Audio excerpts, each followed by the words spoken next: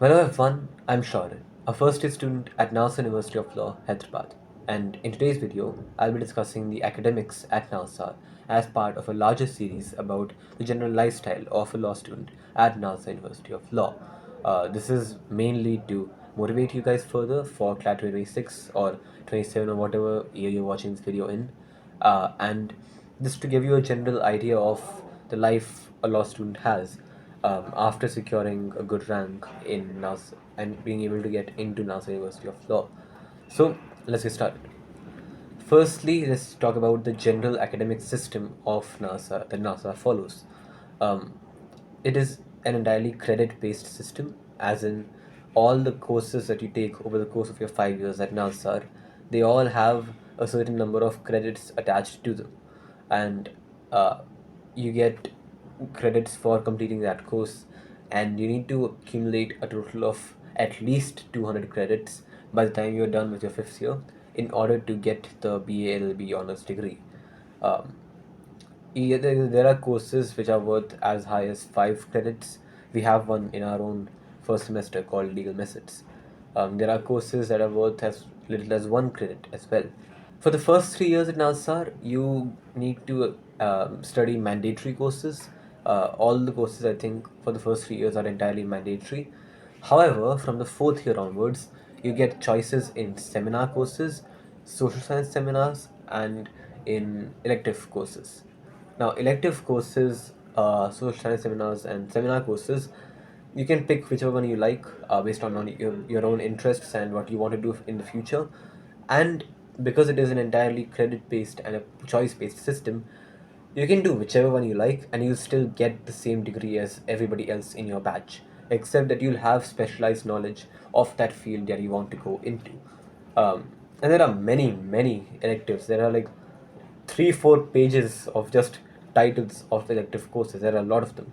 Uh, and while the first 3 years are entirely mandatory courses, the 5th year is entirely just electives and seminars. So you have a lot of choice at us. I mean, we don't in the first year, but we will eventually once we progress towards the 4th year. Um, and you need to accumulate a total of 200 credits by the end of the 5th year in order to get that BA LLB honors degree, and you need to have 151 credits by the end of the 4th year in order to progress into the 5th year. So that is the general structure of academics here. Then moving on to examinations. Um, we have 2 examinations per semester, the mid-sems and the end-sems. I think that's fairly conventional. Then we also have projects. You have one project for each course that you have per semester. So you have 5 projects per semester. If you have 5 courses, we have 5 courses.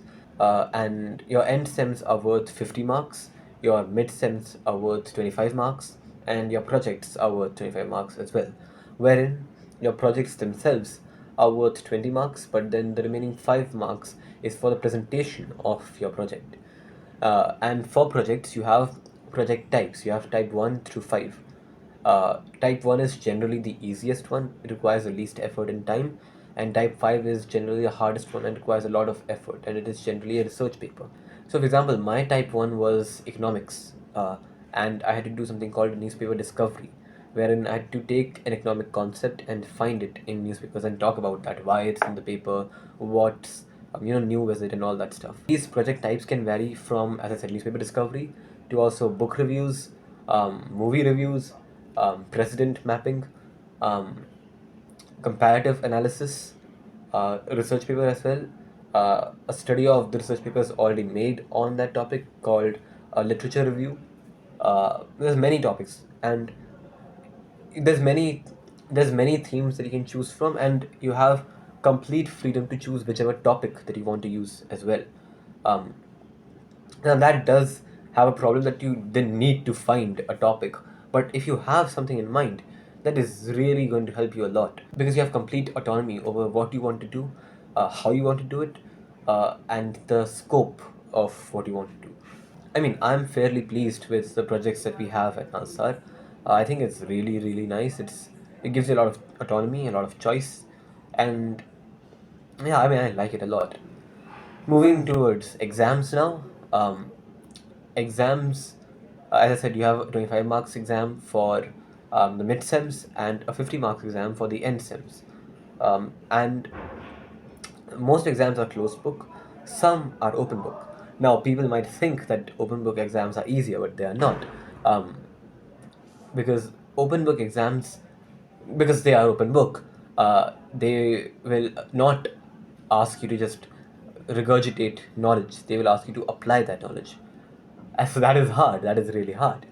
Um, like you'll be asked to take the knowledge that you have gained or that's there in the book, and then apply that to new situations, just to see if you actually understood that, because memorization is different from understanding, and open book exams assess your understanding rather than the memorization of whatever concept you've learned. That's all for assessment. Now for how the classes are at NALSAR. The classes start at 9 a.m. and they can continue till usually 4:30 in the evening, but there are things after that as well. I'll talk about that as well.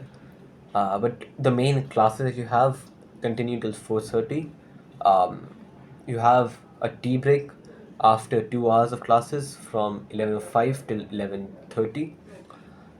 Then you have classes again. Then you have a lunch break from 1:35 till 2:30. Then you have classes. You have one class with a professor till 3:30. Then you have something called tutorials. You have one tutorial per day from 3:35 till 4:35. Now, what is this thing called a tutorial? Um, the previous 5 classes you have, they are taken by your professors, but the tutorials are taken by what's called a tutor, which is basically a teaching assistant, which is you have a fourth year or a fifth year who are going to take 1 hour per week to basically explain things further that maybe you didn't understand in front of the professor. Maybe you have some doubts that you feel more comfortable asking a senior rather than a faculty member. You can ask them to your tutorials. You can ask them to your tutors. And if you feel like there's something that the professor missed, you can ask your tutor to do that for you as well. And they can also give you more one-on-one attention, because classes happen in groups of 80. You have 80 people in one classroom, and that is a lot. You can't possibly give one-on-one individual attention to every single person in that 80 people. So you have tutorials, and tutorials are only there for 20 people at a time. So that is, 80 is here, 20 is here. You have a lot more individual attention in tutorials, and therefore you're able to understand things far better in tutorials as well. And it also helps build a network with your seniors, a connection with your seniors. So that's tutorials, but also with tutorials you have one academic mentor that has been allotted to you by the Student Bar Council Academic Committee. His or her job is to help you with all aspects of academic life at NALSA, which includes projects, includes notes, it includes exams, it includes crying about the exams, everything. Uh, and they are really nice. They have been in your shoes, they've had academic mentors themselves. So they know exactly the importance of an academic mentor, and therefore they take great pride in their work as a mentor for you. And it really helps because you have an officially sanctioned communication channel to approach a senior regarding things you might not understand. Even you can ask your tutors as well, but if let's say you don't want to ask your tutors for whatever reason, you can ask your academic mentor. And you have tutors not just for your courses, you also have tutors for academic writing, because you have to write a research paper by the end of the semester. You have never written a research paper before this, unless you've been in a college before this. Uh, so you need a tutor to tell you how to write academic papers. That is where you have academic writing tutors as well. So all in all, you have a lot of help by seniors, which is officially sanctioned as well, uh, and it's really nice. It's really really nice. You never left alone on campus, is what I'll say. Then you also have this thing called a moot mentorship. You have a moot court at the beginning of the second semester, and you take the entire first semester, 1 hour per week, to prepare for that basically. You have a particular senior, a moot court mentor, allotted to you to talk about what is a moot court, how to participate in a moot court, how to participate well in a moot court as well. Uh, so all in all, you have a lot of help from a lot of angles for a lot of things. You're never left alone on campus. I think that sums up this quite well. Next, about the classroom culture at NALSAR. The classrooms are very, very interactive. I mean, of course, there's a difference between a 30, student classroom in a school compared to an 80 student classroom in a university, but it is still very, very engaging. Um, the professors know how to engage the classroom as a whole. Some even, like they'll walk around the classroom and they'll stand right in front of you, look you in the eye, and they'll keep looking into your eye until you answer. And that helps avoid you being lost in your own thoughts. Also, regarding the electronics policy in classrooms, um, most professors don't allow laptops and stuff, but some do. If you want to take notes on your laptops, you can do that. If you want to Google something, you can do that as well. Uh, but yeah, most professors don't allow laptops. You still have to make notes in a pen and paper format. But I think that's better in my opinion, because at least in my experience, actually physically writing something down is able to get me to memorize that thing or understand that thing as well far better than just typing it on a keyboard. It has its own perks as well, certainly. But either way, point is that laptops usually aren't allowed in classrooms. Some professors do allow it, but most don't. Next, about the library and materials, actually, study materials in general. Whatever materials that you require to study are given to you by the faculty themselves. They print out all the modules that you need, so you don't have to pay for them separately, which is really nice. And the library has a lot of books, some really valuable books as well. It has every single book that you need for academics, and it has a lot of fictional books as well, for you to just read for leisure. You have a library card. Every student has a library card which they use to loan books from the library. You can loan them for, I think, 1 week at a time, and then you have to return them, of course. And some books which are particularly valuable, you can't you're not allowed to loan them because they are valuable. So you can only do what's called reference them. You can take them in the library premises, but you can't take it out of the library because there's an NFC scanner right at the library entrance, and if you try to take a book out of it without loaning it in your name, it will scream at you and it will annoy the other people in the library as well, which is really embarrassing.